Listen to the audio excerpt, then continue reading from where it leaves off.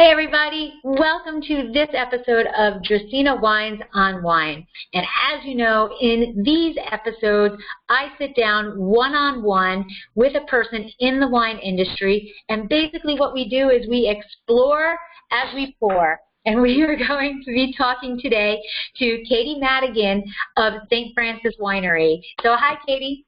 Hi guys, thanks for having me. Oh, it is an honor. I have to say that my husband Mike and I, we visited St. Francis like when we first got into wine, and it was one of our favorite wineries, and to this day, it still is. We love the wines, we love the winery. There's so much history there. It's just incredible.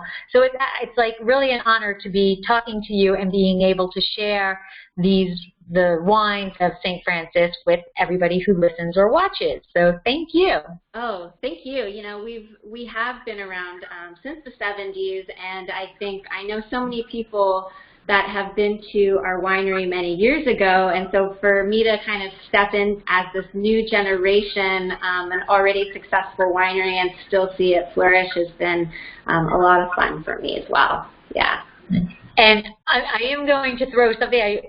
You've been there a long time, but like, was it kind of nerve-wracking to take the reins of such a well-known and established winery? It was incredibly nerve-wracking, and even though I had been assistant and an associate for well over 8 years studying under our original winemaker, to take over for someone that was coined the Master of Merlot was no small feat, and at such a young age, I definitely knew, literally and figuratively, I had big shoes to fill. Tom's a very tall man, so.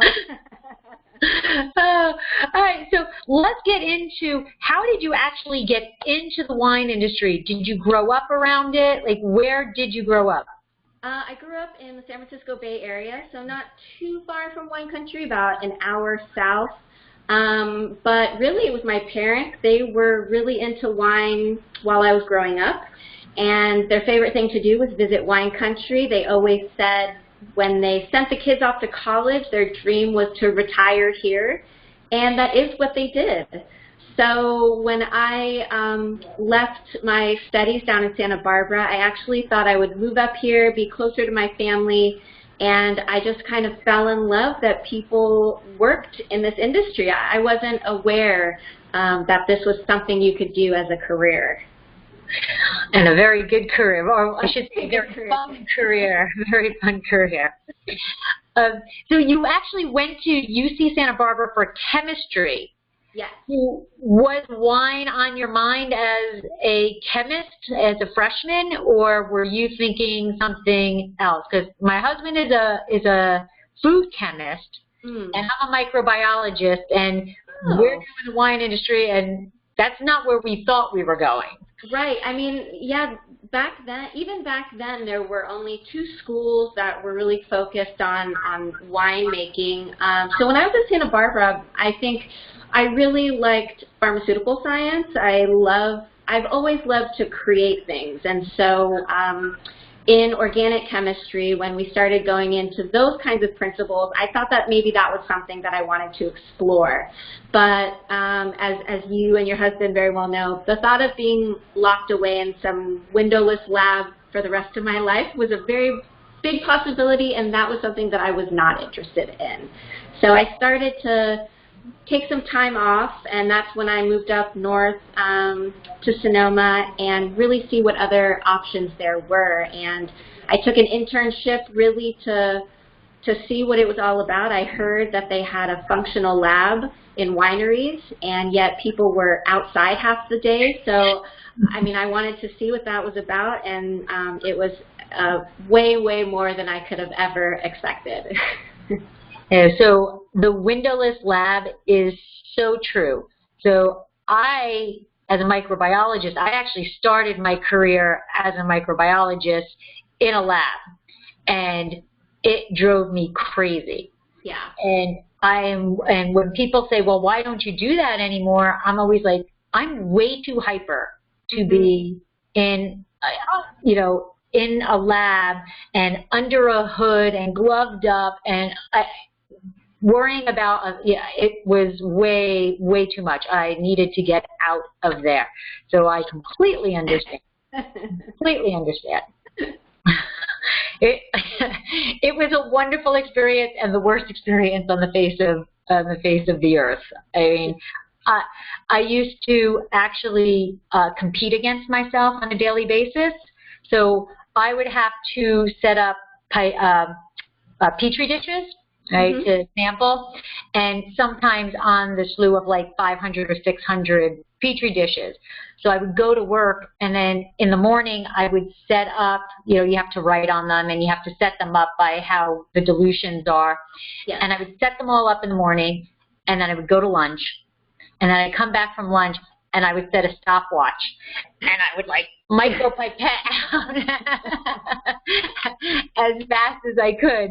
And each day, yes, personal best. And everybody else in the lab is looking at me like I'm insane. And I'm like, no, I need to get out of here.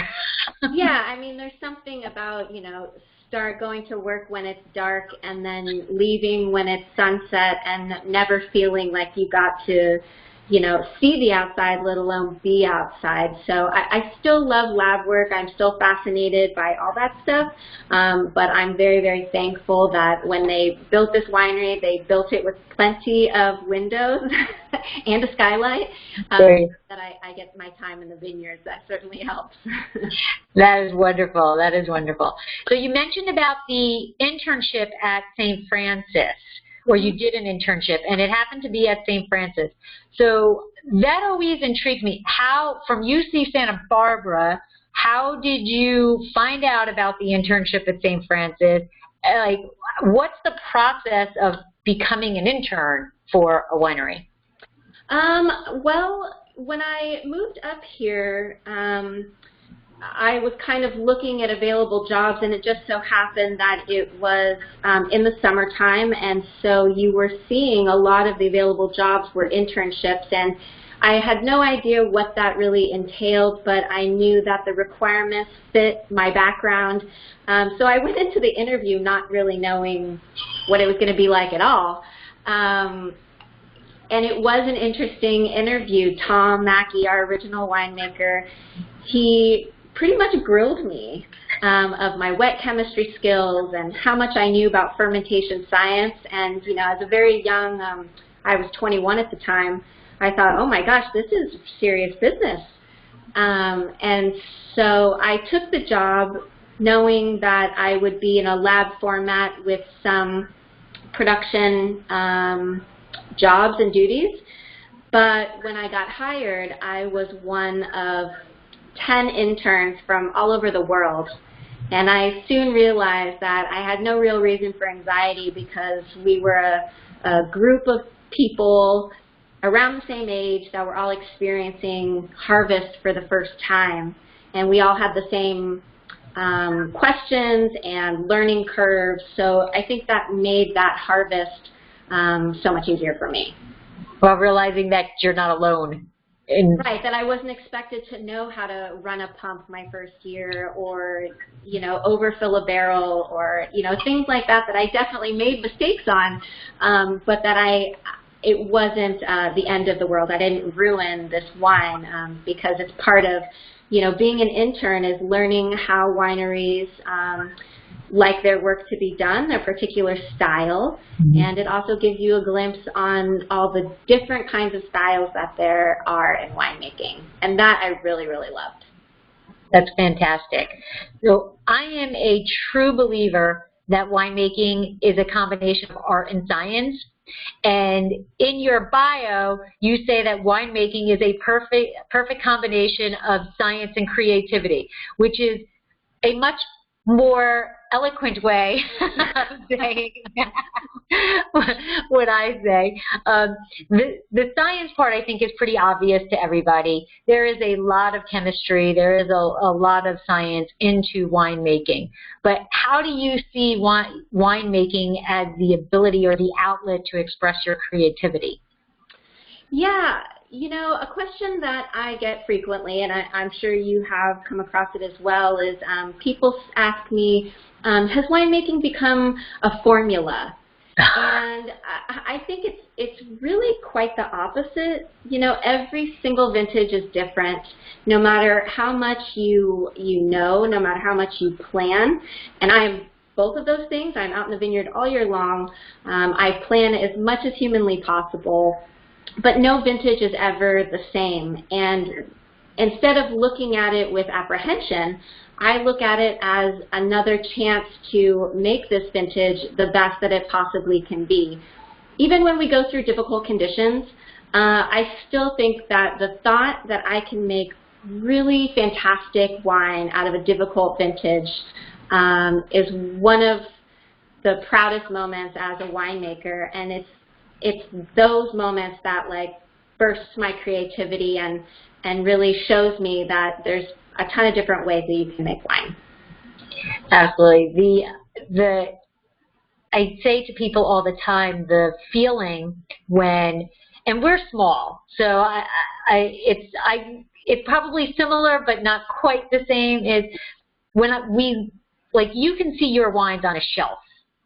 We're just selling basically direct to consumer. We're in restaurants and things like that, but when somebody takes that time to take a picture of our wine and post it, the words can't even explain, you know. Oh, absolutely. Yeah. That's like your masterpiece, your Monet or, your Picasso, and somebody is appreciating it, right? Absolutely. And I think, as you well know, that doesn't come because you followed some spelled out plan. It comes from you paying attention during each and every vintage and having your focus consistent, and that those wines may not taste the same year to year, but if someone's taking a picture of your wine and thinks that it's great year after year, that's creative. That's showing creativity for sure.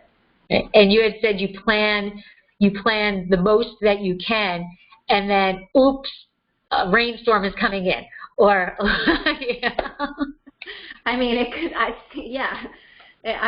feel like every time I say I've seen it all, I feel like that's the kiss of death, because then something I haven't seen happens.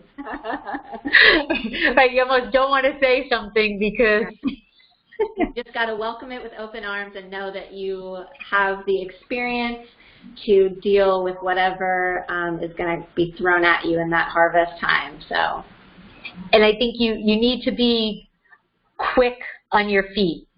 And now I'm not talking like millisecond, but you need to be able to see something potentially happening and be able to stop going that path and say, oh, okay, I need to go that. And that is pure creativity. That's pure. That's pure. That's not, no matter how much you can do molecular science or, organic chemistry wise, that doesn't help you when something like that happens. Absolutely. So that internship actually was like huge, pivotal for you, because you have been at St. Francis since the get-go, right? You started off as a senior lab in 2003, a lab tech in 2003. You were promoted to assistant winemaker in 2006, which I almost fell off the chair because A, that's super fast, and B, not to put in a whole other realm into this, but you're a female, and sure. we tend to be kind of in the wine industry. It's very often, you don't really get, going that quickly. But then you were you working and attending at UC Davis? Because you said in your bio there's a mention of you graduating from UC Davis. So was that all going on at the same time? It was all going on at the same time, and I think really with the questions of what I wanted to do in my major when I was in Santa Barbara, and then coming up here for my first harvest and having the proverbial light bulb go off and knowing that this is what I wanted to do, I knew that it's rare for that to happen at a young age anyway. So I really just kind of went full throttle with my studies after that, and St. Francis has always been so wonderful to push education, that education is the most important, and that having experienced people also means showing people, that knowledge is power and that you can grow in your position. So yes, I was working here and going to school, and as soon as I graduated, they were wonderful enough to say, we're proud of you, and promote me to assistant winemaker right after I graduated. So I really will be forever appreciative of that. And then just a short 4 years later, you were promoted again to associate winemaker. So what is exactly the difference between an assistant and an associate winemaker? Like, what are the key responsibilities between those two?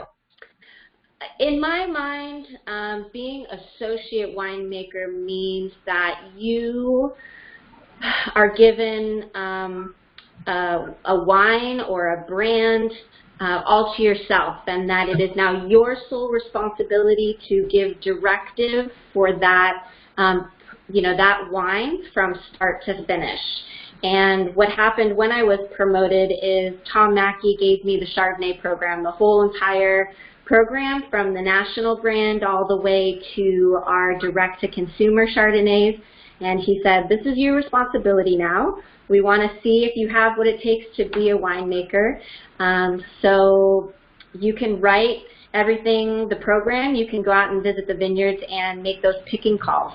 And I think it's really important because people have the viewpoint that being a winemaker is, sitting at the tank and tasting wine all day, but there is a tremendous amount of responsibility that will forever fall on you once that wine goes to the consumer, out in the market. So you really have to be aware of the decisions that you are making. There's nobody to really turn to when you're a winemaker and say, did I make the right decision? You have to have that confidence in yourself. And I think being associate winemaker, that's the main aspect that people want to see. When you're assistant, you do some of those, but you always have the winemaker to fall back on, or the opinion of the winemaker.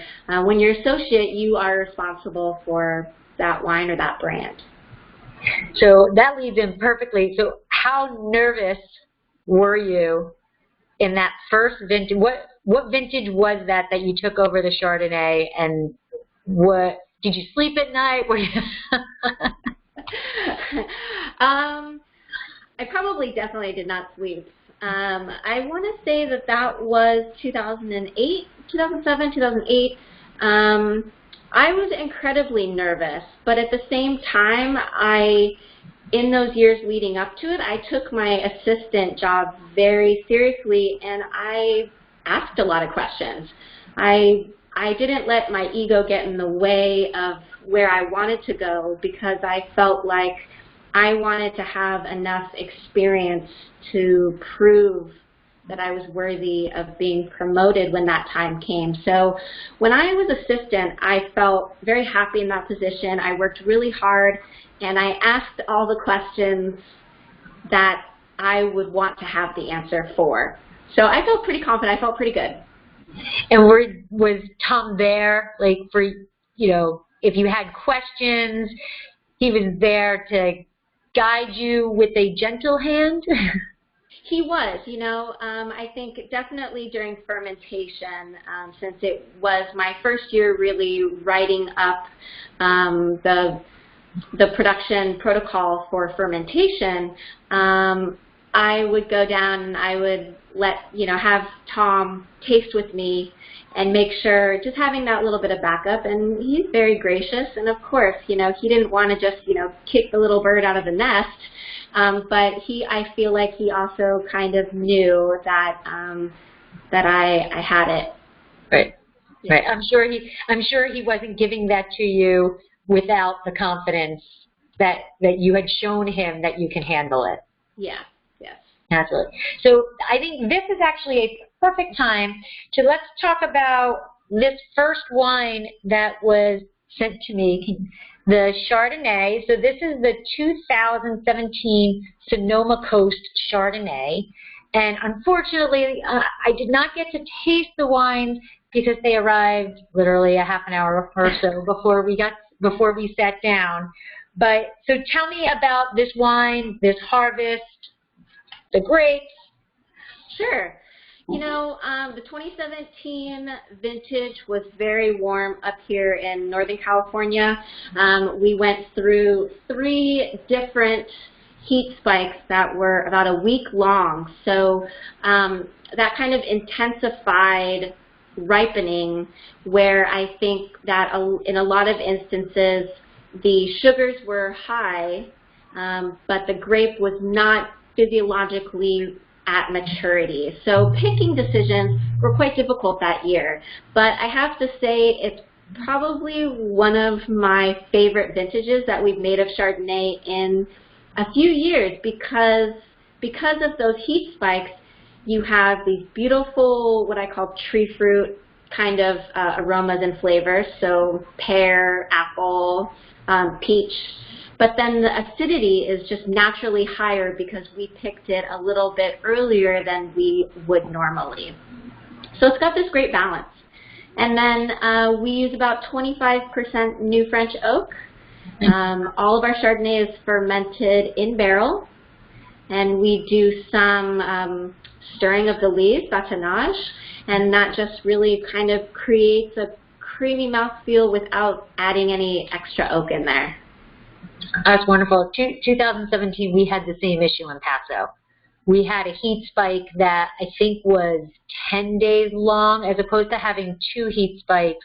We had 1 long heat spike, and I don't think, I think it was like 10 years or 9 years since Paso had seen a heat spike that long, you know. It's harder than usual, right, for you guys? Because you guys are usually elevated temperatures compared to Correct. California as well, so it must have been really hot. Yeah, it was like 10, and it was the same thing. It happened when, you know, the fruit just wasn't quite ready, you know, to ripen to where you would want it to go.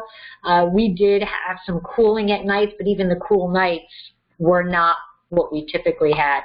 So 2017 was not the easiest vintage, but it can make some stellar wine. Absolutely. If you're creative and you can move quickly and think on your feet and know the science behind what you can do to help that still show its or shine, you know. Absolutely. Right. So tell us, well, you just did about the new first harvest. What about your vintages today? When you first started, has anything changed at St. Francis in terms of how you are handling the wines than when you were first starting? Definitely since I first started. But I think that, you know, probably in the last 8 years or so, we've really found a really great happy medium with what we're doing here, which kind of goes back to creativity. We have a lot of leeway in what we do. We don't try to force a vintage to make a certain kind of wine. We just, we look at every vintage independently, and we give ourselves flexibility in the cellar, and that's the biggest thing that we can do. Our cellar is very spacious, and so it gives us the opportunity in vintages that are very condensed to bring everything in at the same time. Or it also gives us the flexibility to go into vineyards and say, okay, not only do I like this block, but I like this corner of this block, and I think I want to pick that separately, and maybe it's just 2 tons, and that's all we make from that vineyard. But those kinds of winemaking techniques are why I love working at St. Francis, because they give us a tremendous amount of flexibility. That's wonderful. That's wonderful. All right.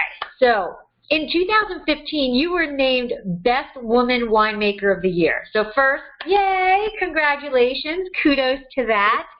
That is an amazing achievement. But kind of going back to what I had, said earlier about your promotion, how do you feel about the title Best Woman? Do you think that sometime in the future it's not going to be Best Woman? Because, I mean, we don't hear Best Man Winemaker. Right. So, like, it's an honor, but how do you feel about that?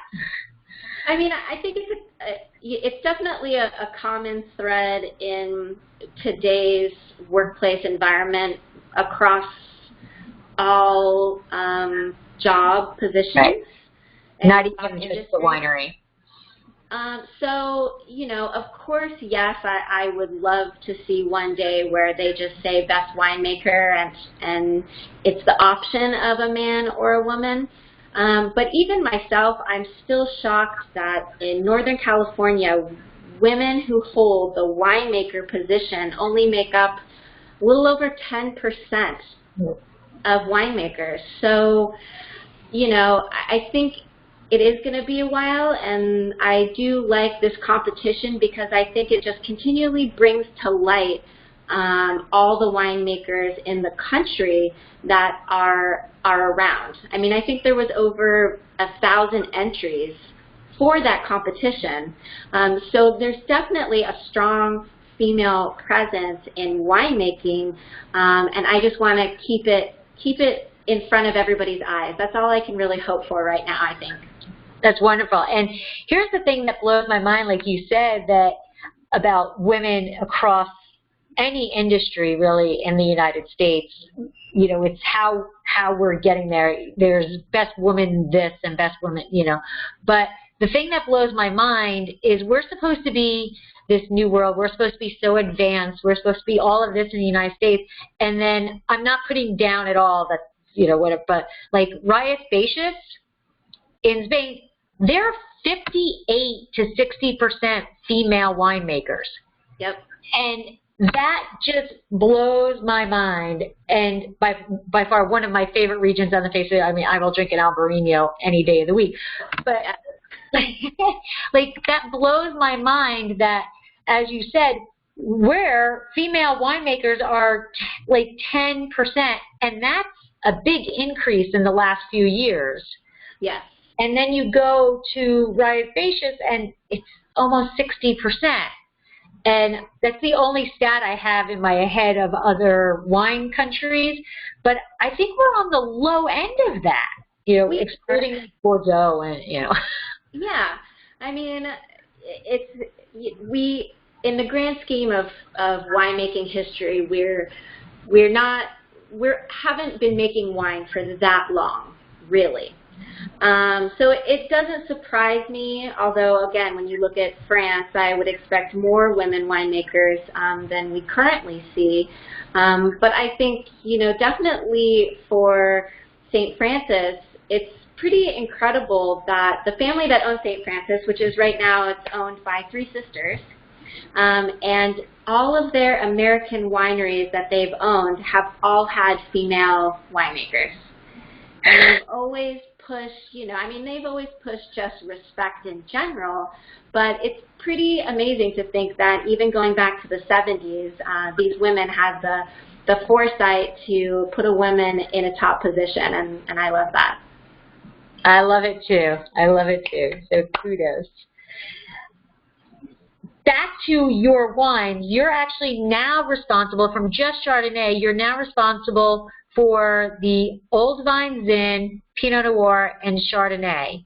So how did you go from Chardonnay to those 3? Well, when Tom Mackey retired in 2011, we thought that maybe we would look at winemaking a little bit differently than a lot of other wineries, where usually they have a head winemaker and then an assistant or associate. But we kind of looked at it differently, where we wanted to put winemakers in front of varieties that they felt really passionate about. And so, of course, the Chardonnay is where I started. I will never let Chardonnay go.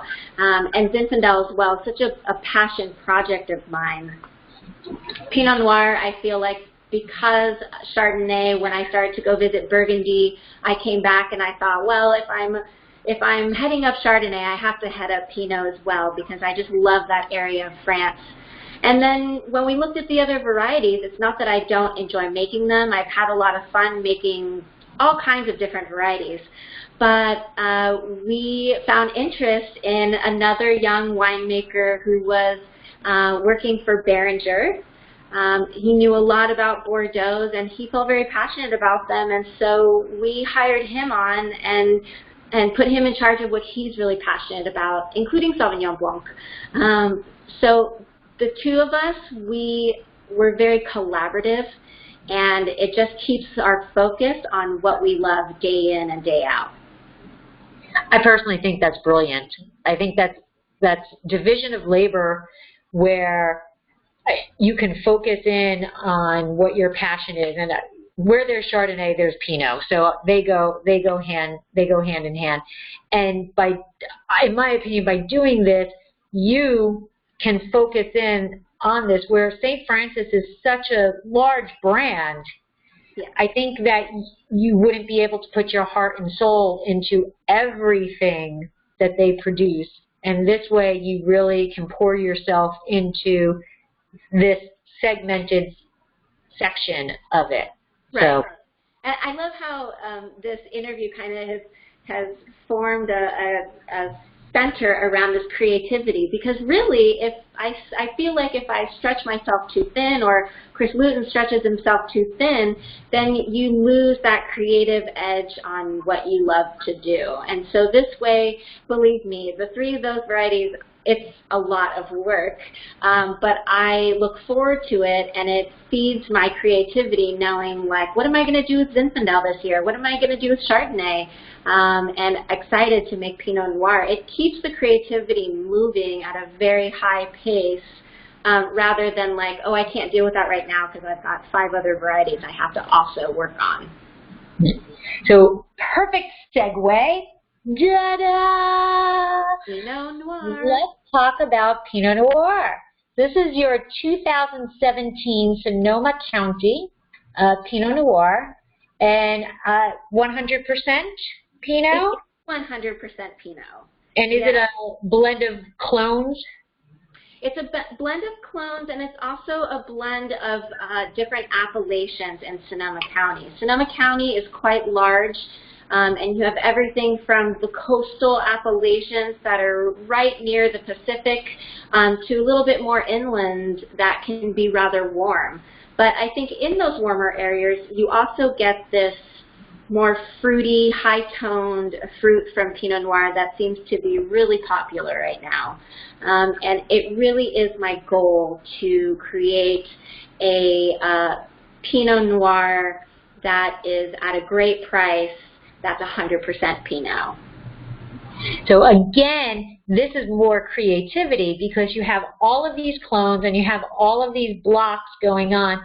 And I'm sure vintage from vintage, even though you're going from vineyard to vineyard is the same, the ratio of those clones and the ratio of those blocks vary to give, so you can express what you feel is the best Pinot Noir for that vintage.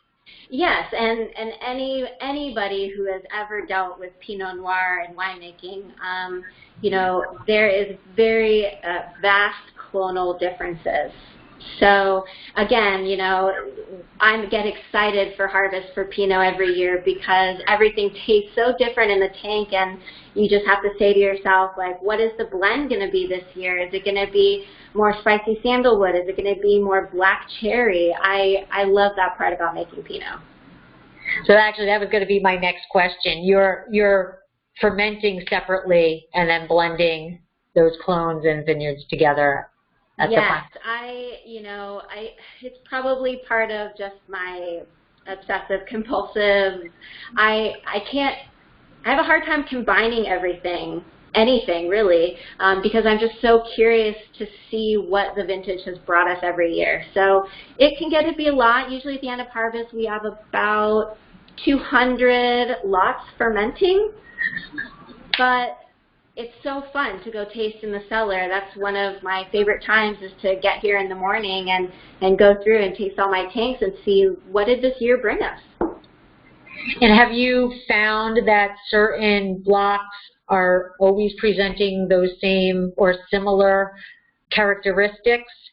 And you start to find, do you find that this block or this clone and this clone really marriage well together? And yes. Yeah, I think there's tons of different styles for Pinot, and I don't think that one is better than the other. It has to do with your personal style, your customer base, but you definitely gravitate towards particular clones, and they show the same characteristics year in, year out. So, yeah. Okay. So the last two wines we have are both Zinfandels. So this one is your Old Vine Zinfandel. So this is actually 2016. I'm getting old. I had to like move that away a little bit. 2016. So this is your Old Vine. And then I also have the Zinfandel Dry Creek Valley, which is also 2016. And the first thing I'm noticing is that, oh, this is a reserve. Okay, so I was like, all right, I'm noticing that this is a whole different label here. So this is a reserve. So let's talk about your old vines first. So tell us about what the vines are, where they're located. Sure. The Old Vine Zin is really a blend of about 20 different Zin vineyards that we contract with, and the majority of them are anywhere from 80 to 120 years old, so authentically old. I would say the average is 50, but really we pull from all these different appellations in Sonoma County, and kind of like both the Chard and the Pinot, where you grow Zinfandel really showcases different characteristics. When you grow Zinfandel in the northern counties like Dry Creek, it's more of this black fruit, very opulent type of Zin. Russian River is very spicy. And then down here on the southern end of Sonoma County, I think you really get a combination of more red raspberry fruit with, again, kind of some of that peppery quality to it. So the youngest is about 50 years, you said. So we had a previous podcast discussing what Old Vine means. And my first, are these head trained? Yes, the majority are head trained, yes. We are also looking towards the future of Zinfandel. What I've been seeing here in Northern California anyway is a lot of Zinfandel being ripped out to be planted to, varieties that are a little bit more economically feasible for the grower. So we actually just planted our first Zinfandel on one of our estate properties that will be trellised as well. Yeah, oh. but the majority of that what's contracted is head trained for sure. So let me get a little geeky here. Why are you deciding to trellis them? What is the difference that you see of how that Zinfandel is going to produce by the head training versus a trellis, whichever system you're choosing?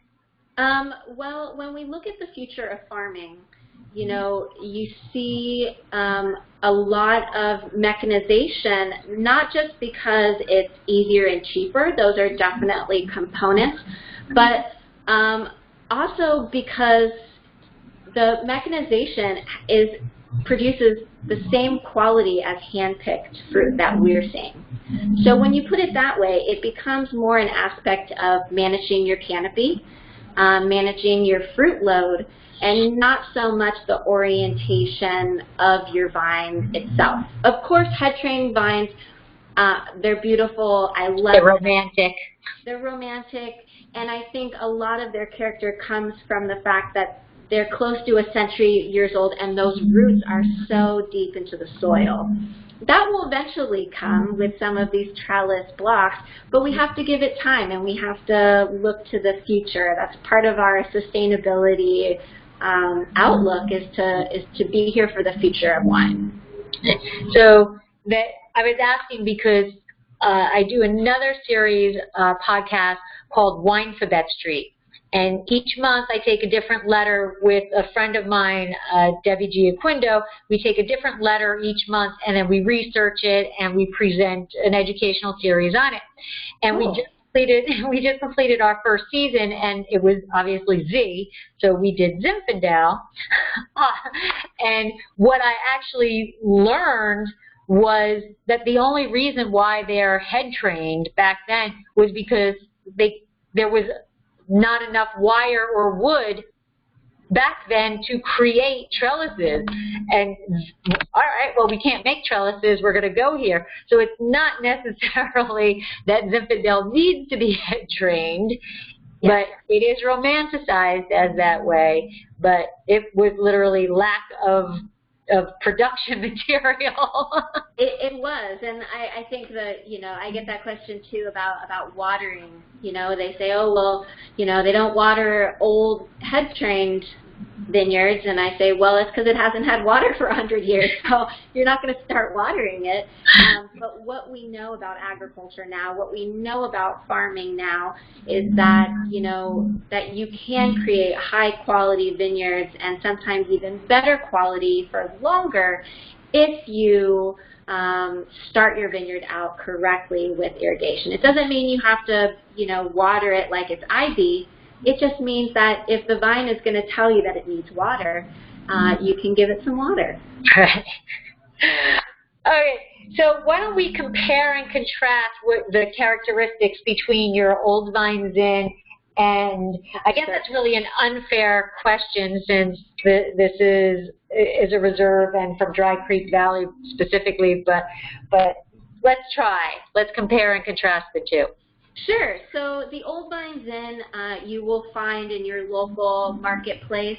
The Reserve Dry Creek Zin, first of all, it's only from Dry Creek Valley, so a much, much smaller appellation, just one appellation instead of, I think the Zinfandel encompasses about 5 appellations.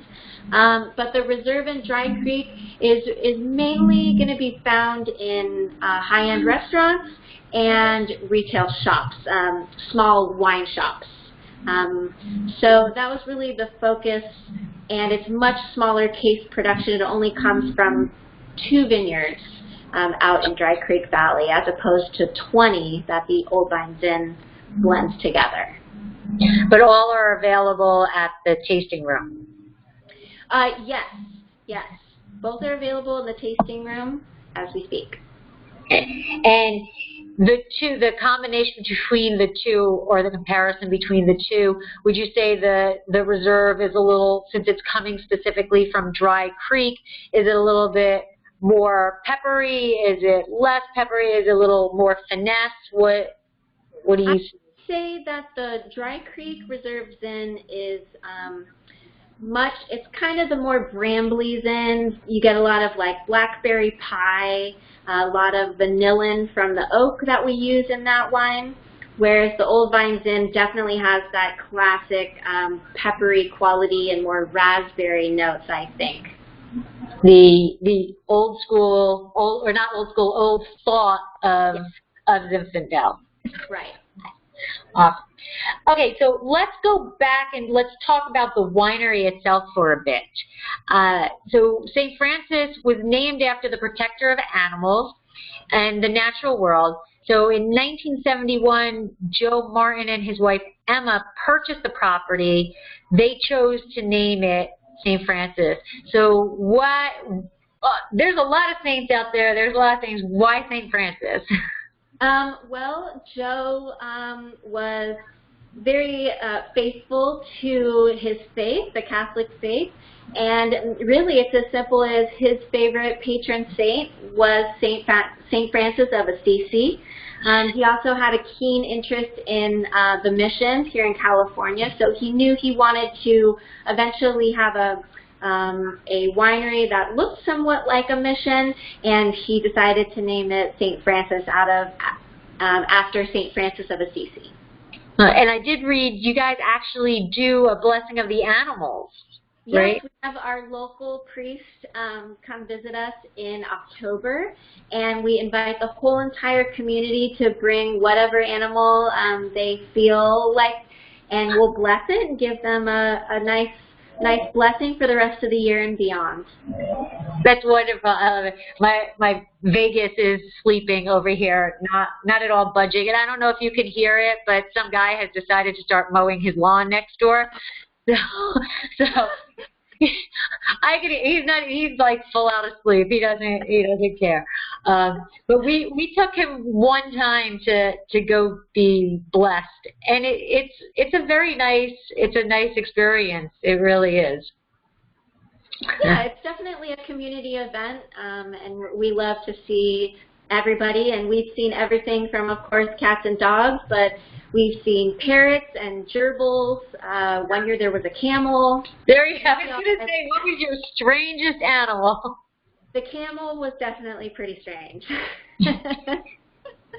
Where is he staying? Like, what? I don't know where he was from. You know, you guys have the riding trails and stuff. One day you're walking around and you see a camel. I'll say, there he is. That's hysterical. So when St. Francis first started, for like their first 8 years, they actually just sold fruit. Yeah. So was that just as they were building up their vineyards? Because you said they've always wanted to have the winery, so. I think in the beginning, Joe just wasn't really sure what the transition would be. He started growing those grapes at the original Beeler Ranch and selling them to local wineries, and it's really when they were starting to get good medals and write-ups from that original vineyard that Joe kind of said to himself, I think we can make it if we build ourselves a little winery here. So he did. Why should we be letting them get the awards on our fruit? Let's do this ourselves. Exactly. Yeah. One of, I think, the most obvious or predominant part about your winery is that bell tower. Yes. And you can see it from far away, and you can hear it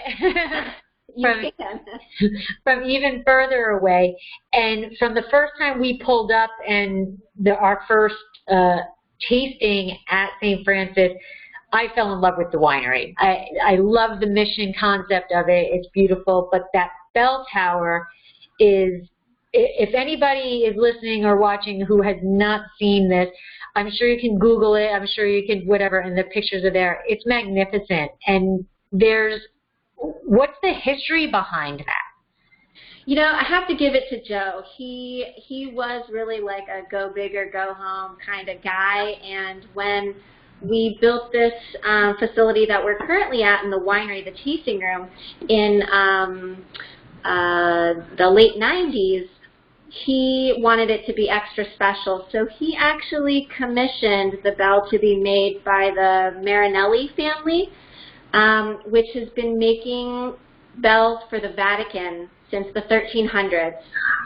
They're actually the oldest family-owned business in Italy, and I'm pretty sure it probably cost him more to ship it back to America than to build it. But it's so beautiful. It's really stunning, and he went all the way over there to make sure that it was made and inscribed with St. Francis of Assisi on the bell, and it does ring every hour on the hour. So that blows my mind that, like, let's make this bell in Italy, and I don't know how heavy it is, but it's 1,000 pounds. Yeah, it's enormous, and it's solid, and when it rings, you can feel it in your soul when it rings. But I think you have to be right. It had to have cost an outrageous amount to ship that. And I mean, I don't know do you know how long it took to get made and to ship it? Like, I don't. I mean, that's a great question. I mean, obviously, it probably had to come over by boat in a container, but in the 90s, who knows? Especially from Italy, it could have taken months. Months. Okay, so as I was showing the wines, we know about the reserve, and then the other labels are all the same, white label, whatever. But St. Francis actually has 4 different tiers: the icon, the artisan, the reserve, and the classic. So what's the difference between those tiers, and then how do you decide what fruit goes into what tier, because you're picking all from the same places? Right.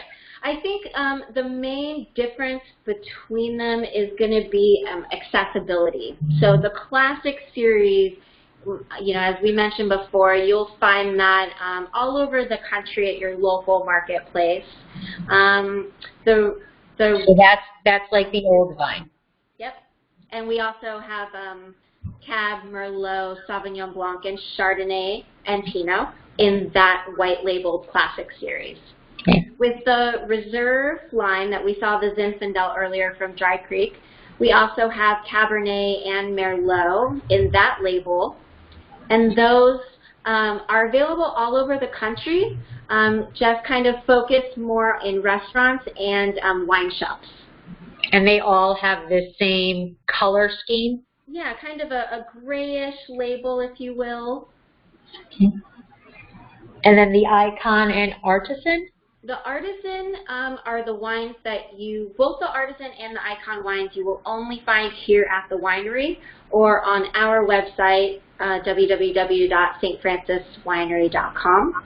The artisan series is available at the tasting room and for our wine club. And they focus on both vineyard designates and proprietary blends that Chris and I both like to make. And then the Icon series are specifically blended wines that what we call the Winemaker wines. So very, very small case production, really only available at the winery so far. And they're a little bit different vintage to vintage because we really kind of have to wait to see what the year is going to bring us. But I think one thing that I love about the way we make wine is we give everybody the chance to be in any of those tiers each year, which is why we kind of ferment everything separately. We see what the year gave us, what each lot tastes like, and then we kind of whittle it down to from the Icon series to the Classic. But what a lot of people don't know is that, you know, we make wine for the wine club for a certain amount, and some of these vineyard designates also go into the classic wine. So it's not that our best vineyards are being made for the Icon series. It's just that we're selecting those as something special, but usually pieces of them kind of trickle down to the classic wines, and we love that. We love showcasing that we can make an everyday drinking wine made from exceptional vineyards. And although I haven't tasted these wines, I have tasted a lot of St. Francis wines, and I can vouch for that. Each wine tends to have its own little character, which is what I think makes good wine. Because if everything tastes the same, then why are you drinking it? Why are you having different labels? Why are you having that?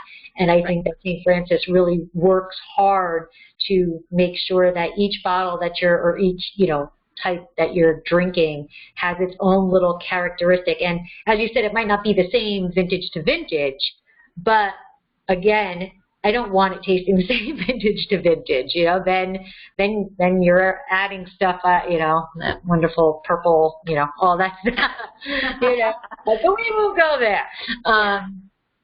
So the other thing that I love about St. Francis is that you are actually certified sustainable, and you have 400 acres that is actually certified sustainable between what you have in the Sonoma Valley and the Russian River.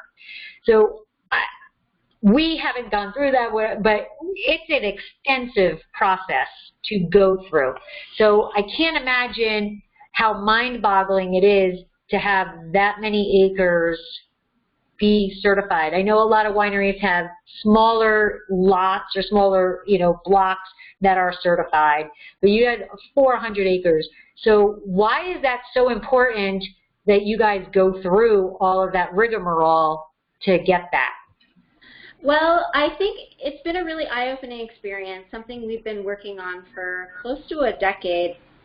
But for us, sustainability makes sense because it really looks at a holistic view of our business. So it's not just about the way we grow grapes and the way we make wine. Those are certainly very important aspects and a big part of sustainability to get certified. But we're also looking at social equity. How are we treating our employees? And just basic economics. Is our infrastructure solid enough to last us for the future?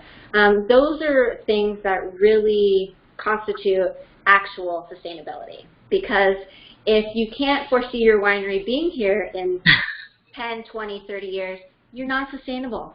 And you kind of defeated the purpose. So, looking at how we've improved in the vineyard by just taking incredibly small steps like, measuring how much water we use. We've cut our water usage by 30%, just knowing that we were putting too much in the vineyard and the vines weren't taking it all up. Some of it was just going right out. And then, of course, our solar panels on the winery. It's amazing to see how those big things make a difference. But also, our employees, from the vineyard workers to the CEO, everybody has the same 401k plan. Everyone has the same vacations. Because if your employees are going to stay with you for 10, 20, 30 years, you're going to have a business to work on for 10 to 20, 30 years. And that's also incredibly important to us. You don't want to, if you have to keep retraining people, you can't advance as a company. Yeah, and I mean, this will be my 18th harvest, and that's really nothing. We have guys here that have been here 25, 30 years that helped plant the original Beeler vineyard. I think it really says something about our company, and I think that's why when we looked at sustainability, there's a really big section on social equity, and we loved that for our business model as a winery. And you also have done something with your packaging, right? You're using recycled packaging? Yes, we use as much recycled packaging as possible. That's what it's called. And the glass, is the glass recycled? Is that, or you're using the actual packaging? Because the glass, and this is not a negative, I have to preface that, it's not heavy glass. Correct. And I cannot get over why people feel that, oh, this is a heavy bottle, this must be a good wine. I don't get that. Because in all reality, if you're buying a heavy bottle of wine, all you're doing is paying more for the shipping, right? I know. I think it must come back to the original molds. When people used to do hand molds for glass, those molds were quite thick, and so the glass was thick and it was a heavier wine. That's the only thing I can really think of. But we tried to keep a somewhat lightweight glass, and our corks are also recyclable. You can throw your cork in the green bin of your house, the compost bin as well. So we try to do as much recycling as we possibly can. Yeah, thank you. Kudos. Well, we're reaching about an hour. And so before we go to my game, did I miss anything that you feel you want to talk about either the wines or about St. Francis or about yourself? I don't think so. It's been so nice to talk to another winemaker. Oh, thank you. And I have to honestly say, I was not, I saw the dates and things, but I wasn't putting two and two together. So when I first saw you, I was kind of blown away by how young you are. Well, I started really young, but you've accomplished so much, and it's wonderful. I mean, this is like my third career winemaking. I started in the lab, left the lab, doing the winery, still have a full-time job on top of the winery, hopefully just for a couple more years. But I have to honestly say, I'm so honored to sit here and speak to you, to share your story, because you have accomplished so much, and I think you show what can be done if you just follow your passion. If you pursue your passion, man, the sky is the limit. Yeah, I think following your passion, doing what you love, it may take a while, but then when you look back, you have all this experience, and there's nothing that can feel better than that. Great. So before we play the game, I just want you to shout out. You did mention the winery, but where are you also on social media so people can find St. Francis Winery? And if you're personal, I don't know if you want to share personal, if you're on there. We are definitely on both Facebook and Instagram, and I believe it is just St. Francis Winery, but it's St. Francis Winery, either by Facebook or at Instagram. Okay, and stfranciswinery.com or just www.stfranciswinery.com. Wonderful, and they can order all of these wines on the website? If they are still available, they can go online and see what is the current availability, but there's tons of wines to choose from on the website. Wonderful. All right, so you ready for the game? Yes. Okay, so I'm just going to say those two terms. You tell me whichever pops in your head first is whichever one you like better. Okay? We're going to start off with non-wine terms, and then we'll go to wine terms. Okay? All right. So night or day? Night. Sunset or sunrise? Oof. Sunset. Black or white? Black. Walk or run? Walk. Food or drink? Drink. Old world, new world? Old world. Sweet or dry? Dry. Bubbles or still? Oh man, that's the hardest. I'm going to have to go with still. Start with bubbles, end with still. Right. Oak or stainless? Oak, definitely. Drink now or drink later? Drink later. Blend or varietal? Varietal. Vintage or non-vintage? Vintage. Cork or screw cap? Cork. Napa or Sonoma? Oh man. Sorry, friends on the other side. I gotta stay with my Sonoma piece. Commercial or indigenous? Ooh, indigenous. Bordeaux or Rhone or Burgundy? Warm climate or cool climate? Cool climate. And that's it. Yeah. Oh my goodness. A little Phoebe game. That's so great. Dang. I always love hearing it, and I say it for people who listen to podcasts, they're going to hear it again, so just fast forward 15 seconds. But the psychology thing is generally people who choose night stick to sunset and black, and the people who choose day stick to sunrise and white. And I think there's only been one person who has ever not followed that pattern, and then he was like, oh, I was wearing a black shirt. So. Okay.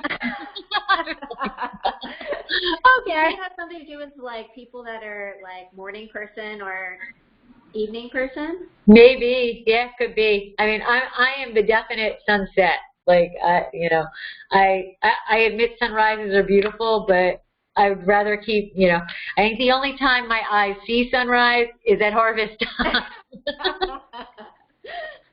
Well, it's coming up. I know. Have you picked anything yet? Your or St. Francis? On Friday. Friday? Yeah, we have some Sauvignon Blanc coming in, and then Chardonnay on the books for next week. Okay. Well, best of luck with the harvest. Thank and you. Congratulations on all that you've done, and really the accomplishments are amazing. And all I can say is that I know I'm going to be hearing more about you in the future because there's going to be great things still coming from you. So thank you. Thank you so much for having me. I really, really appreciate it. Have a wonderful day, evening. Best of luck with the harvest, and we will talk soon. Bye.